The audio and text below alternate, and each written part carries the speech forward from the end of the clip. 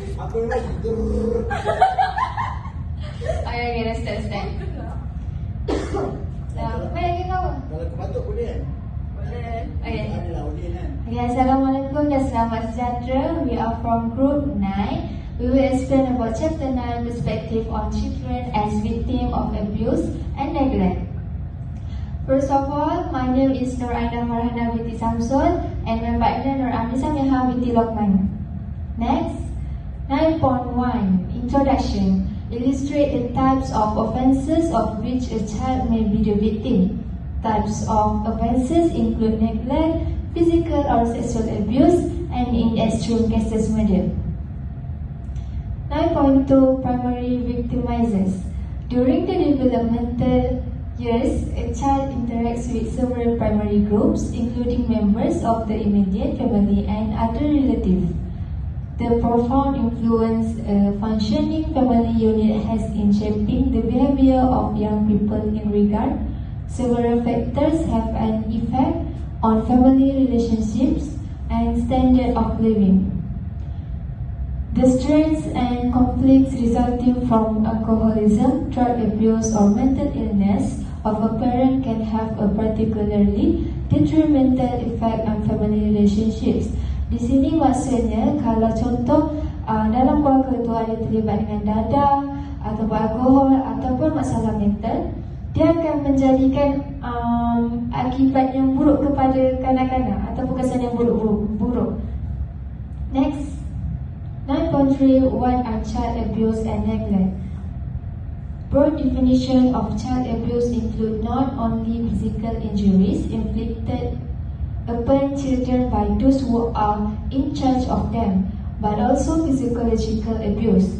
In the U.S. Department of Health and Human Services, Children's Bureau report titled Child Maltreatment 2017-2018 P.1 Child abuse and neglect are defined as any recent act or failure to act on the part of a parent or caretaker which results in death, serious physical or emotional harm, sexual abuse or exploitation, or an act or failure to act which presents an imminent risk of serious harm. Most states recognize four major types of maltreatment: neglect, physical abuse, psychological maltreatment, and sexual abuse. Next, 9.4 Process for reporting and investigating child abuse. Okay, pertama sekali buat report terlebih awal, sama ada melalui phone ataupun electronical or writing. Kena tunggu 24 hingga 48 jam selepas diketahui oleh Child Welfare Service. Yang kedua, report suspected abuse and kena taat dengan dia punya peraturan-peraturan ataupun undang-undang yang telah ditetapkan, walaupun tak ada dia punya bukti berlakunya penderaan kanak-kanak tu. Yang ketiga, sediakan tempat yang selamat untuk mangsa yang terlibat lah. Okay. Next, 9.5 Extent and nature of child maltreatment. Satu sebab besar kenapa penderaan kanak-kanak ni dekat dalam sistem bilangan dia sikit, tapi bila depan-depan bilangan dia sebenarnya banyak, sebenarnya tak terkira.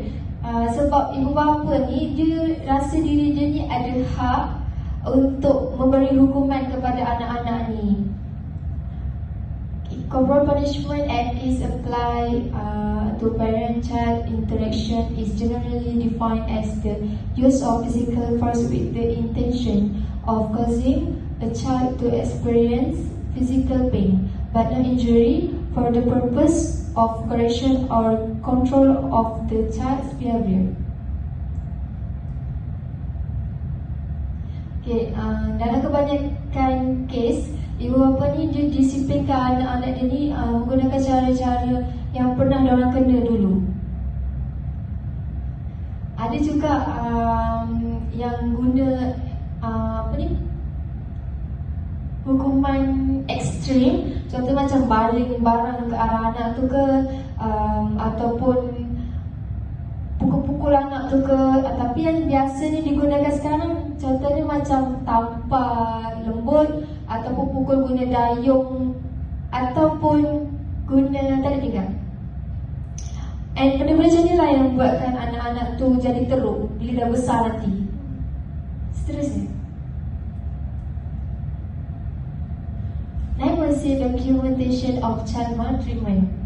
The Children's Bureau, part of the US Department of Health and Human Service, gathers data on child abuse, neglect and endangerment from various states and territories annually. Despite variation in definition and reporting rules among states, they are common terms used by the child protection agencies. Next.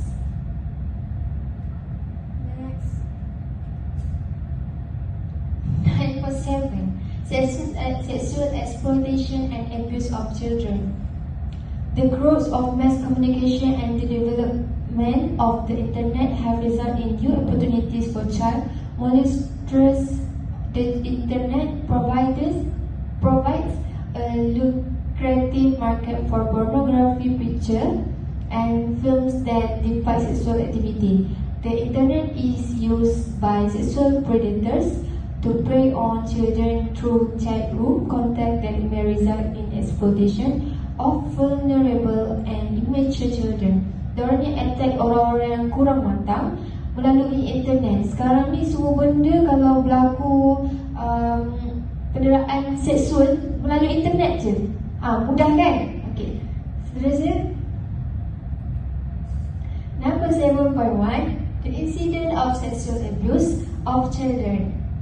The actual amount of sexual abuse of children is much greater than that officially reported. Some estimate place it as much as 10 times as high as the officially report statistics. The change of an incident of child sexual abuse being reported vary with the following circumstances.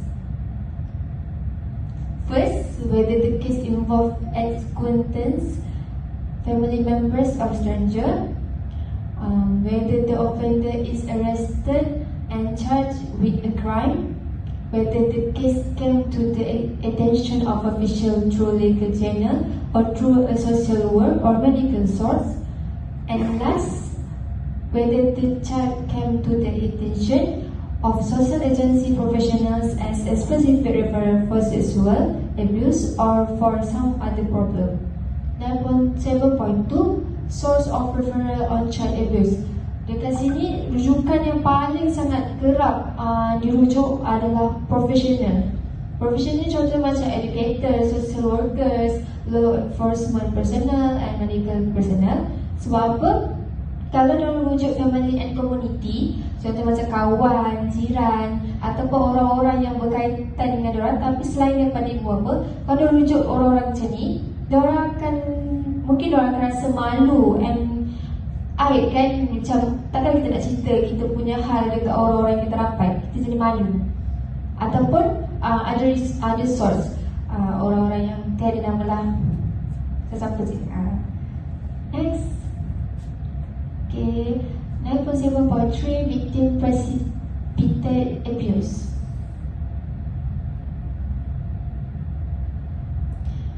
Victimization theory is often mentioned in the explanation of some cases of child sexual abuse.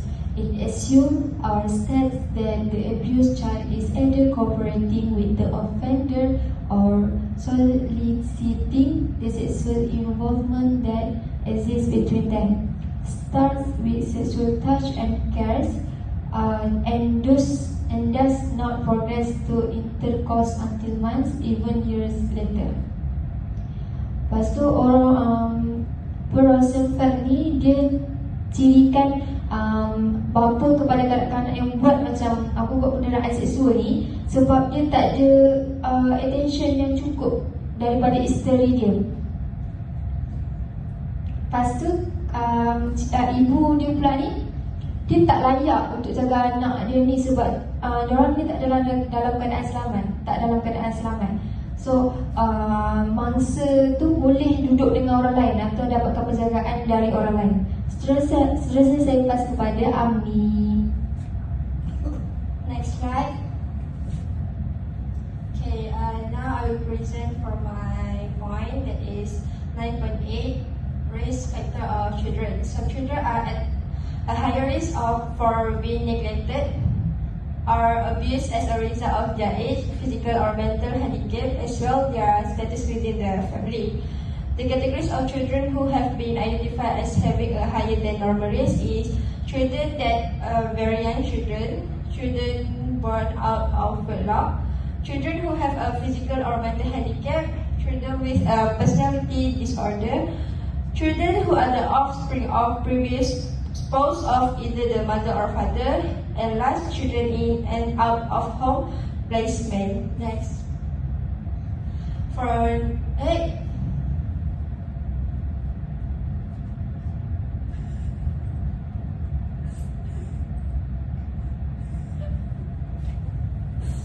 I'm sorry, okay. Ada masalah teknikal sikit tadi. Okay, untuk 9.8.1, identifying child abuse and neglect. The large majority of perpetrators of child maltreatment consist of caretakers of the children, including the parents and other members of the household. Males are identified as the perpetrators of sexual abuse of children in the large majority of cases, report investigated and substantiated. Some abuser may be suffering from serious psychiatric disorder, alcoholism, and drug abuse.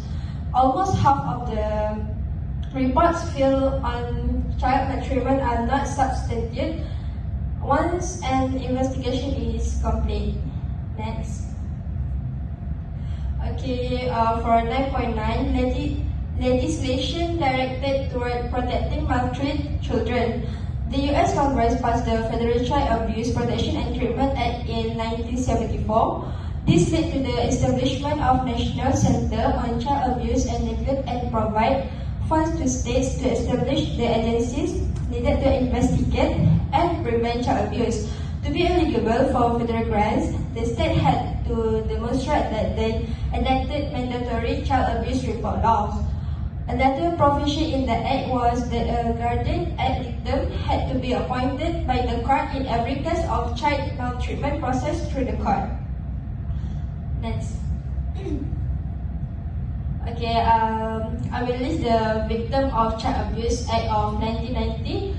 Include the following. First, that is provisions for improving techniques for investigating and prosecuting child abuse cases. Second, court appointment of a special advocate for every child victim and use of guardian and litem in more type of case. Training of court personnel and staff in issues related to child abuse and neglect. Training for those conducting competency examinations and direct examinations involving children. Use of multidisciplinary child abuse team during investigations, background checks for child care workers, and last, treatment for juvenile offenders who were found to be neglectful of abuse victims. Next. Okay, for 9.10, that is juvenile court process in neglect and abuse cases. That means abuse refers to the juvenile court are generally made by the children's service agencies or the police. In most jurisdictions, professionals such as teachers, physicians, and children welfare workers will make the reference to a child protective agency. The Children's Service Agency will review the case and either determine that there is not sufficient evidence of child maltreatment to continue an investigation, or if the case should be processed. Next. Okay, for 9.10.1, special consideration given to victims of abuse or neglect. First, in case involving sexual abuse, testimony by children is a particularly difficult problem. Second, the court is faced with the dilemma of testing a child's words against that of an adult. And third, competency of a child as a witness is open to questions, and the effect of the child being required to describe what has taken place in the presence of the accused can be particularly traumatic. Fourth, certain innovations in court procedures have been used to try to minimize the possible traumatic effects on the child as a result of having to appear in a court. And for the last, Krista Cross, that is former child forensic interviewer for the Star Country Ohio Job and Family Service, who completes the interviewing of children's victims and share the information with the various legal and service agency. That was described the process she used in the fact-finding interview. Next. For the 9.10.2, that is dispositions in child abuse and neglect cases. First, if the court determines the abuse and neglect has taken place, the social agency that brought the information about the case to the court may be asked to make a recommendation to the court, or the court may determine the action to be taken.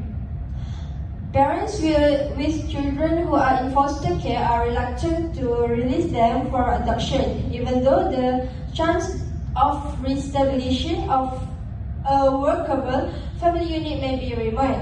And last, difficult foster children all too frequently return to juvenile court as drug incorrigibles or runaways, and eventually are placed in institutions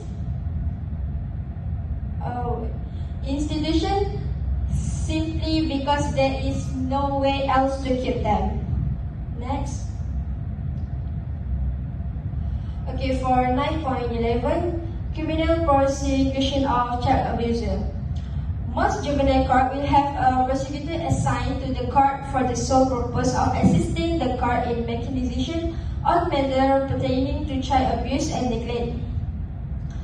For example, an adult who sexually molests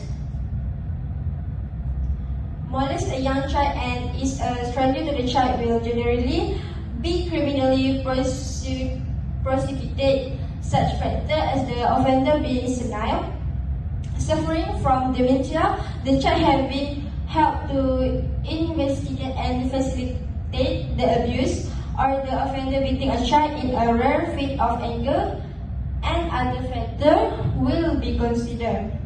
Next.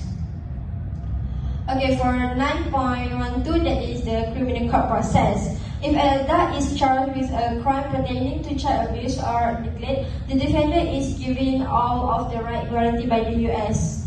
Okay, dekat sini I will translate, that is, jika orang dewasa didakwa dengan jenayah yang berkaitan dengan penjaraan atau pengabaian kanak-kanak, defendant diberi semua hak yang dijamin oleh perlembagaan US iaitu AS, dan yang diperuntukkan sebagai hasil daripada keputusan Mahkamah Agung, termasuk hak untuk mendapatkan peguam dan untuk meminta pembicaraan juri. For the second point, however, the standard of proof for the hearing was either a fair preponderance of evidence or clear and convincing evidence, while for a conviction in the criminal court, the beyond a reasonable doubt standard must be met. Next point, the pre-trial process involved an informal fact investigation and planning on the part of the prosecutor, a legal investigation that include the search for similar court cases, collecting evidence and planning a case strategy. Dekat sini, defendant akan dimaklumkan pertuduhan dan mempunyai peluang untuk membuat pengakuan semasa pembicaraan. Sekiranya pengakuan tidak bersalah, tarikh pembicaraan awal serta tarikh pembicaraan yang akan ditetapkan, dan peguam pendakwa dan pembelaan akan mempunyai masa untuk menyelesaikan masalah kes tersebut, termasuk penemuan rasmi, dan untuk menyediakan usul untuk dikemukakan kepada pembicaraan hakim. Di samping itu, peguam dakwa dan peguam bela biasanya akan terlibat dalam persidangan pra-pembicaraan, dan jika perjanjian boleh dibuat, kes itu akan diselesaikan tanpa mempunyai pembicaraan rasmi atas pertuduhan itu. Next. Okay, yang keempat, after the prosecution has completed its case, the defense has the opportunity to directly examine witness and the prosecutor has the right to cross-examine the defense witness after the defense has completed its case. The prosecution and defense have the opportunity to give closing arguments. For the last point, after the closing argument, the judge instructs the jury and it is sent to make a deliberation. The jury is only responsible for making a decision on the guilt or innocence of the defendant on the charge.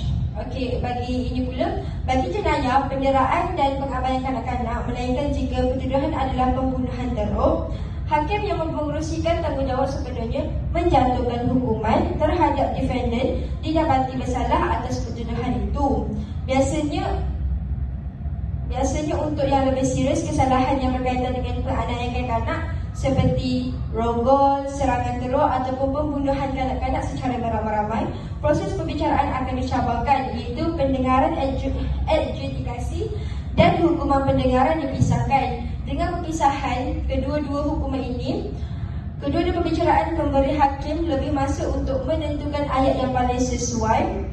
Bagi alasan yang baik, untuk hakim memberikan hukuman berasaskan komuniti kepada penjenayah dalam penderaan kanak-kanak dan bukannya hukuman ke institusi pembetulan yang selamat. Seterusnya, okay, for 9.13, that is prevention programs designed to protect children from molestation in the community or around the school are the easiest to implement. Everyone is in agreement that such programs are necessary and community members are usually willing to take part in some way, even if it only involves putting a sign in a window indicating that the residence is a safe house. Prevention program ni macam program-program ataupun camp yang kita boleh buat untuk mencegah daripada pengabaian kanak-kanak dan penderaan kanak-kanak. Okay, for the last part, next. The largest proportion of child abuse, including physical and sexual, as well as the neglect of children, occurs within the family. Many of the programs geared toward preventing abuse and neglect are directed towards strengthening the family unit and addressing the problem of individual members of the family. Other influence on the increase in report abuse and neglect include the pressure put on mothers who work outside the home and have to assume the responsibility for the children when they return home. Last, for these reasons, many of the prevention programs emphasize either strengthening the individual family or improving the position of categories of people within the community. Next. Last, summary, child abuse and neglect are important concern of the juvenile justice system and of the many community agencies that provide service to children. Abuse and neglect are defined in various jurisdictions and including physical mistreatment only or extending to include emotional mistreatment or deprivation. That's all from our group. Thank you.